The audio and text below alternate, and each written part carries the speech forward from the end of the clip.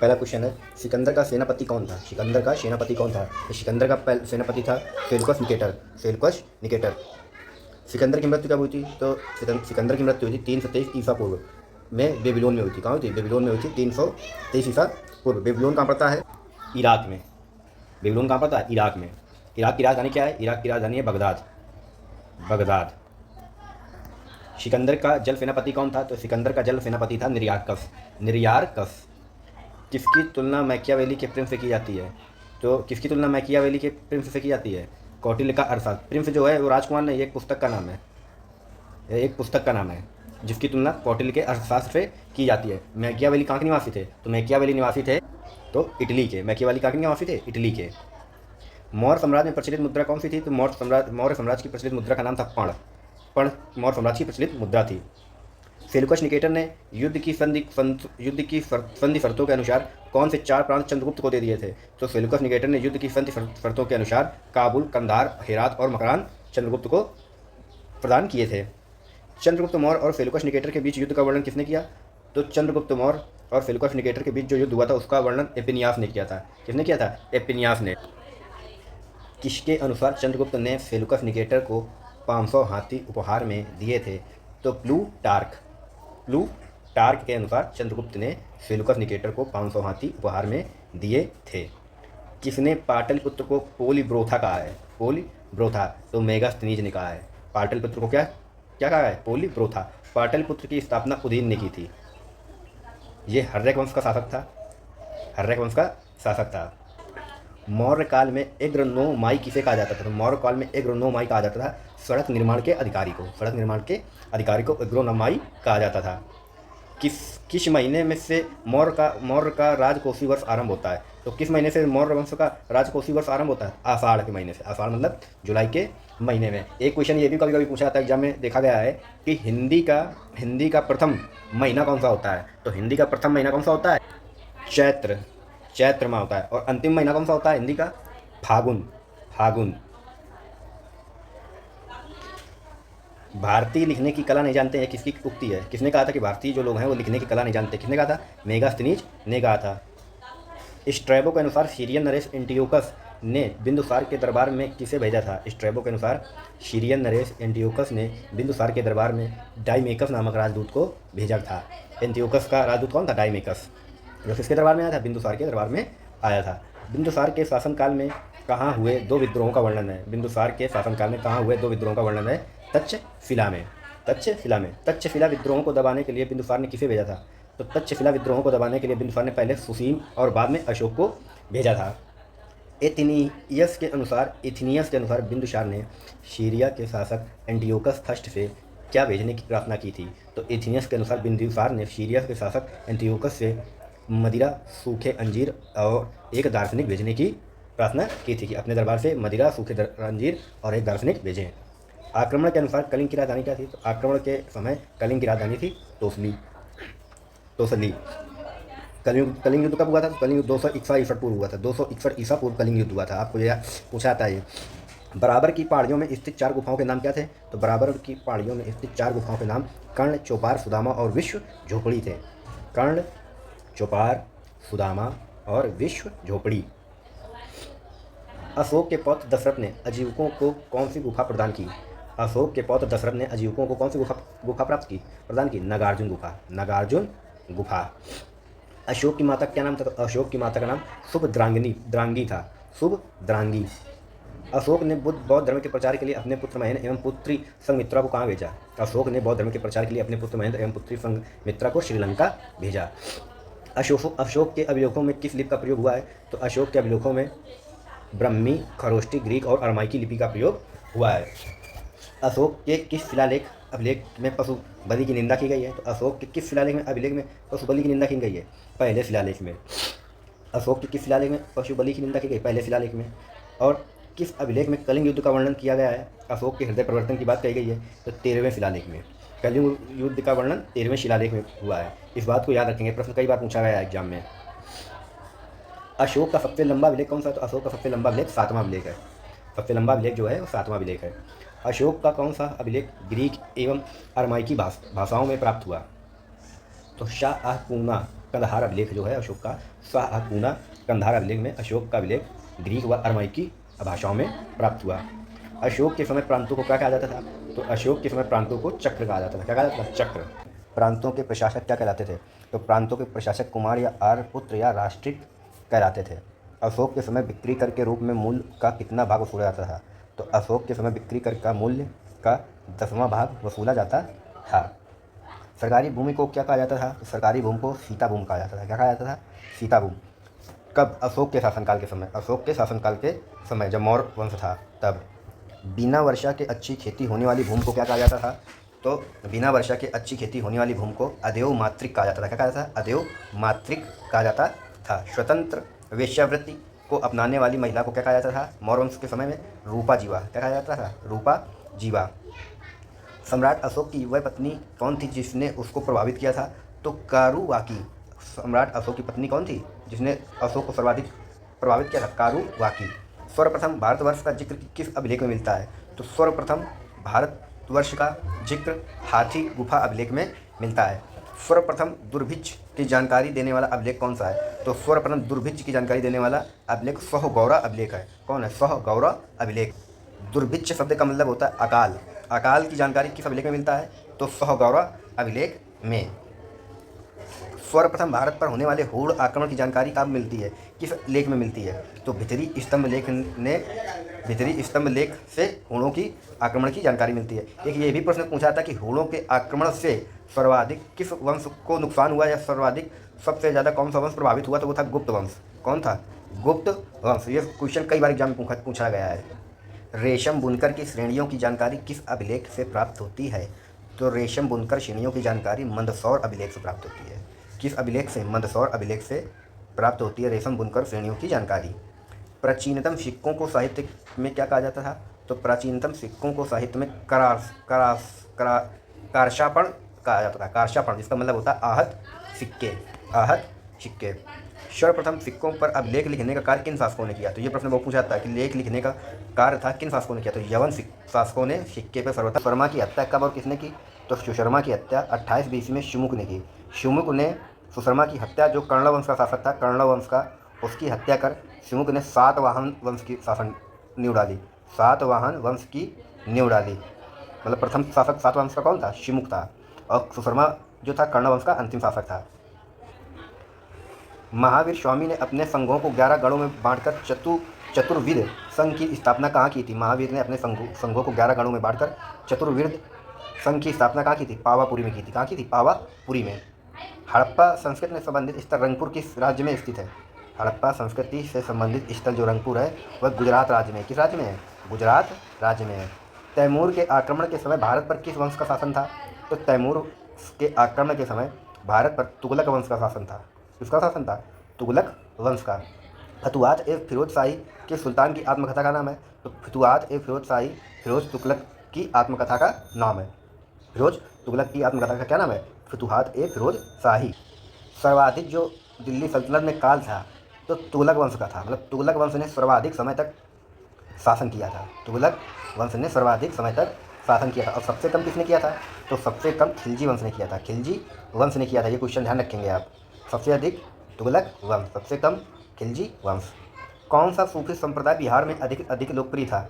तो सबसे जो सूफी संप्रदाय बिहार में लोकप्रिय था वो फिरदौसी था। कौन था? फिरदौसी। महाबलीपुरम के मंदिरों का निर्माण किस राजवंश के शासकों ने कराया? तो महाबलीपुरम के मंदिरों का निर्माण पल्लव वंश के शासकों ने कराया। किसने कराया? पल्लव वंश के शासकों ने। राष्ट्रकूटों का प्रसिद्ध स्थापत्यकार कौन सा है? तो राष्ट्रकूटों का प्रसिद्ध स्थापत्यकार कैलाश मंदिर है, जिसका निर्माण कृष्ण प्रथम ने कराया था। किसने कराया था? कृष्ण प्रथम ने। कैलाश मंदिर का निर्माण राष्ट्रकूट था कृष्ण प्रथम, उसने कराया था।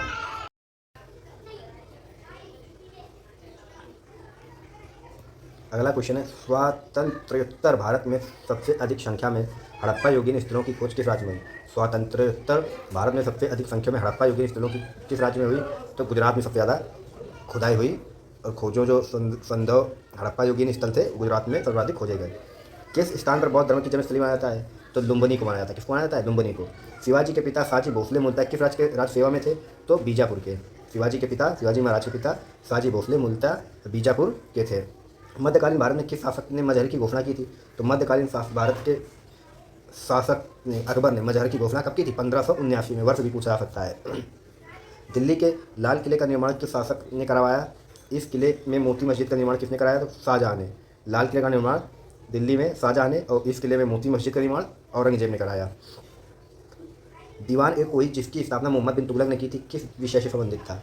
तो जो दीवान ए कोही था मोहम्मद बिन तुगलक एमबीटी ने की थी वो कृषि विभाग से था। कोही कृषि विभाग, मोहम्मद बिन तुगलक। दीवान ए अर्ज किया है बलबन ने किया था दीवान ए अर्ज का निर्माण। ब्रिटिश ईस्ट इंडिया कंपनी को सूरत में कारखानों की अनुमति देने वाला मुगल शासक कौन था? तो कौन था? जहांगीर था। सूरत में कारखाने की अनुमति अंग्रेजों को जहांगीर ने दी थी।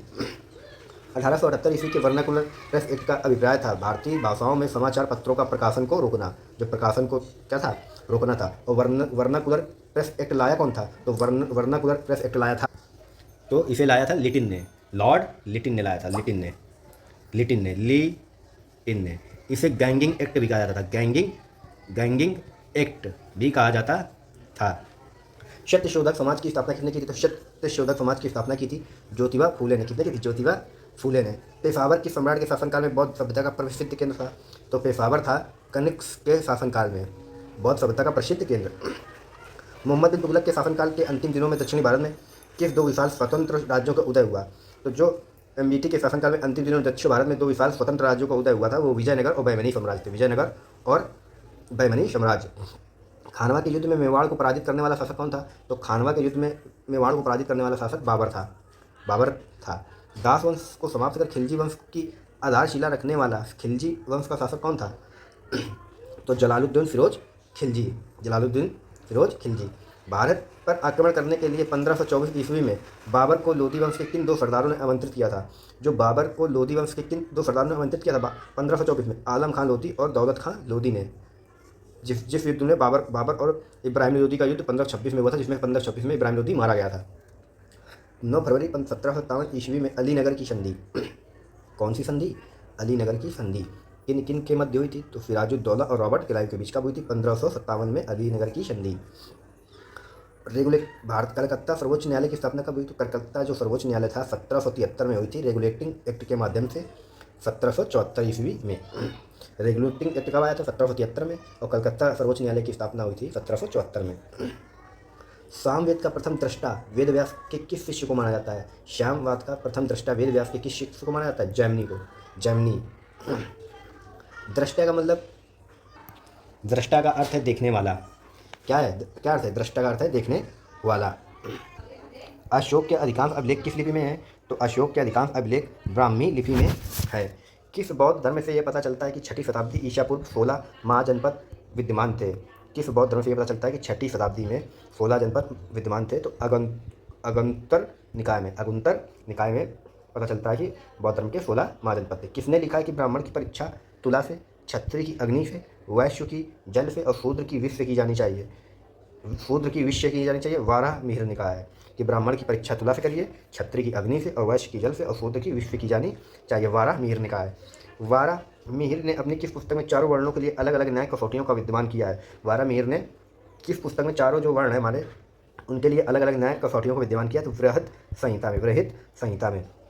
चेर शासकों में किसको अपना सबसे महान राजा बताया गया है? तो चेर शासकों में सबसे महान राजा सेनगुट्टवन लालचेर को माना गया है। 1983 में गंग राजा राजमल चतुर्थ के किस मंत्री ने श्रवणबेलगोला में गोमतेश्वर की 56.5 फुट ऊंची विशाल प्रतिमा का निर्माण कराया? कहाँ कराया? श्रवणबेलगोला में। किसने कराया? गंग राजा राजमल चतुर्थ ने।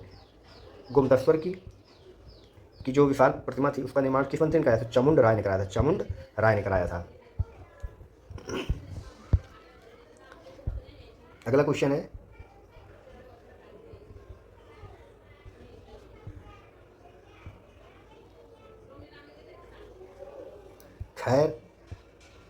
खैर उल मजलिस का लेखक कौन है? तो खैर उल मजलिस का लेखक हमीद कलंदर है। कौन है? हमीद कलंदर। अकबर के दरबार में सबसे प्रसिद्ध हिंदी कवि कौन थे? तो अकबर के दरबार में प्रसिद्ध हिंदी कवि अब्दुल रहीम खान खाना थे। मलिक कफूर के विरुद्ध लड़ने वाले वारंगल के काकतीय शासक कौन थे? तो जो मलिक कफूर के विरुद्ध लड़े थे वो वारंगल के काकतीय शासक प्रताप रुद्र देव तृतीय थे। प्रताप रुद्र देव तृतीय थे जो मलिक कफूर के विरुद्ध लड़े थे, वारंगल के काकतीय शासक प्रताप रुद्र देव तृतीय। कैरेट एंड स्टिक पॉलिसी की नीति अपनाने वाले लॉर्ड मिंटो किसके बाद इस पद पर आए? तो लॉर्ड कर्जन के बाद लॉर्ड मिंटो आए कैरेट एंड स्टिक पॉलिसी अपनाने वाले। भारत स्थायी भू बंदोबस्त किस गवर्नर जनरल ने और कहाँ आरंभ किया? तो स्थायी भू बंदोबस्त लॉर्ड कॉर्नवालिस ने बंगाल में आरंभ किया। अष्टांगिक मार्ग का पालन करने वाली शिक्षा किसने दी? तो अष्टांगिक मार्ग को पालन करने वाली शिक्षा गौतम बुद्ध ने दी। सर्वप्रथम किस शासक ने आगरा को अपनी राजधानी बनाया?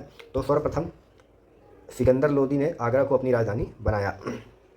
वैशाली किस प्राचीन राज्य की राजधानी थी? तो जो वैशाली थी वो लिच्छवी गणराज्य की राजधानी थी। यजुर संहिता में सबसे बाद की संहिता कौन सी है? तो यजुर संहिता में सबसे बाद की संहिता वाज स्नेह संहिता है। वाज स्नेह संहिता है। किस पश्चिम विद्वान ने रोम से भारत में सोने के निर्गमन पर दुख प्रकट किया था? किस विद्वान ने रोम से भारत में सोने के निर्गमन पर दुख प्रकट किया था? प्लिनी। किस कौन था? प्लिनी। प्लिनी की पुस्तक कौन सी है? Natural history. भारत में खरोष्ठी लिपि को किसने स्थापित किया? तो भारत में खरोष्ठी लिपि का जो स्थापित किया था उसने ईरानियों ने किया था। ईरानियों ने। गोधन को अन्नदा वंदा सुखदा कहा गया। गोधन को अन्नदा वंदा सुखदा कहा गया सूत पिटक में। किसमें कहा गया? सूत पिटक में। चिरांद में लाल व काले मृत भांड काल का संबंध किस धातु से है? तो चिरांद में लाल काले मृत भांड काल का संबंध कॉपर से, तांबा से। संपन्न व धनी किसानों को संगम साहित्य में क्या कहा गया है? तो संपन्न व धनी किसानों को संगम साहित्य में वेल्लार कहा गया है। क्या कहा गया? वेल्लार। ऋग्वेद में अदन्या शब्द का इस्तेमाल किसके लिए हुआ है? तो ऋग्वेद में अदन्या का शब्द का अर्थ है दूध देने वाली गाय के लिए किया गया है। खिलजी शासक के दौरान निर्मित वस्तुओं तथा बाहर के प्रदेशों, अधीनस्थ राज्यों और विदेशों से आने वाले माल के बाजार को क्या कहते थे? खिलजी शासन के दौरान निर्मित वस्तुओं द्वारा बाहर के प्रदेशों, अधीनस्थ राज्यों और विदेशों से आने वाले माल को सराय ए अदल कहते थे। सराय ए अदल। किस अभिलेख से अशोक को पहचाना गया? तो मास्की या गुर्जरा अभिलेख से अशोक को पहचाना गया। अशोक के शिलालेख सबसे पहले किसने पढ़े थे? तो जेम्स प्रिंसेप ने अशोक के शिलालेख पढ़े थे। James Prinsep. देवपत्तन तथा कश्मीर के श्रीनगर की स्थापना का श्रेय किसे दिया जाता है? देवपत्तन या कश्मीर के श्रीनगर की स्थापना अशोक को दिया जाता है श्रेय। किस मुगल शासक को रंगीला बादशाह कहा जाता है? तो रंगीला बादशाह कहा जाता है मोहम्मद शाह को रंगीला बादशाह कहा जाता है। चंदेल वंश का संस्थापक कौन था? तो चंदेल वंश का संस्थापक नंदुक था। चंदेलों की राजधानी क्या थी? खजुराहो। किस शासक ने सुदर्शन झील का पुनर्निर्माण कराया था? तो किसने कराया था? रुद्रदमन फर्स्ट ने। बाद रामायण का ब्रह्मसूत्र किस दर्शन से संबंधित है? तो वेदांत से। जो ब्रह्मसूत्र है वो वेदांत से संबंधित है। किसने लिखा? बाद रामायण ने। बुद्ध की प्रथम प्रतिमा बनाने का श्रेय किस कला को दिया जाता है? तो बुद्ध की प्रथम प्रतिमा बनाने का श्रेय मथुरा कला को दिया जाता है। बुद्ध की जो प्रथम वो थी प्रतिमा वो मथुरा कला के समय हुई। जैन धर्म के प्रथम तीर्थंकर कौन थे? तो जैन धर्म के प्रथम तीर्थंकर ऋषभदेव थे। ओम नमो भगवते वासुदेवाय किस धर्म का प्रमुख मंत्र है? तो ओम नमो भगवते वासुदेवाय जो है वैष्णव संप्रदाय का प्रमुख मंत्र है। पिरामिडाकार विमान की शैली के मंदिरों के खास अंग है। जो पिरामिड के आकार के जो विमान है वो द्राविड़ मंदिरों की शैली के खास अंग है। भारत के किस सम्राट ने चीन की सेना को परास्त किया? तो भारत के जो सम्राट था वो कनिष्क सम्राट था जो चीन की सेना को परास्त किया। महारानी विक्टोरिया ने भारत की महारानी की उपाधि किस वर्ष धारण की थी? 1 जनवरी 1877 में। यह रेलवे का मोस्ट इंपॉर्टेंट क्वेश्चन है कि महारानी विक्टोरिया ने भारत की महारानी की उपाधि कब धारण की? तो 1 जनवरी 1877 में। क्योंकि यह ग्रुप डी की परीक्षा में क्वेश्चन कई बार पूछा गया था कि महारानी विक्टोरिया ने भारत की साम्राज्ञी या महारानी बनने का वर्ष कौन सा है? तो जनवरी 1877।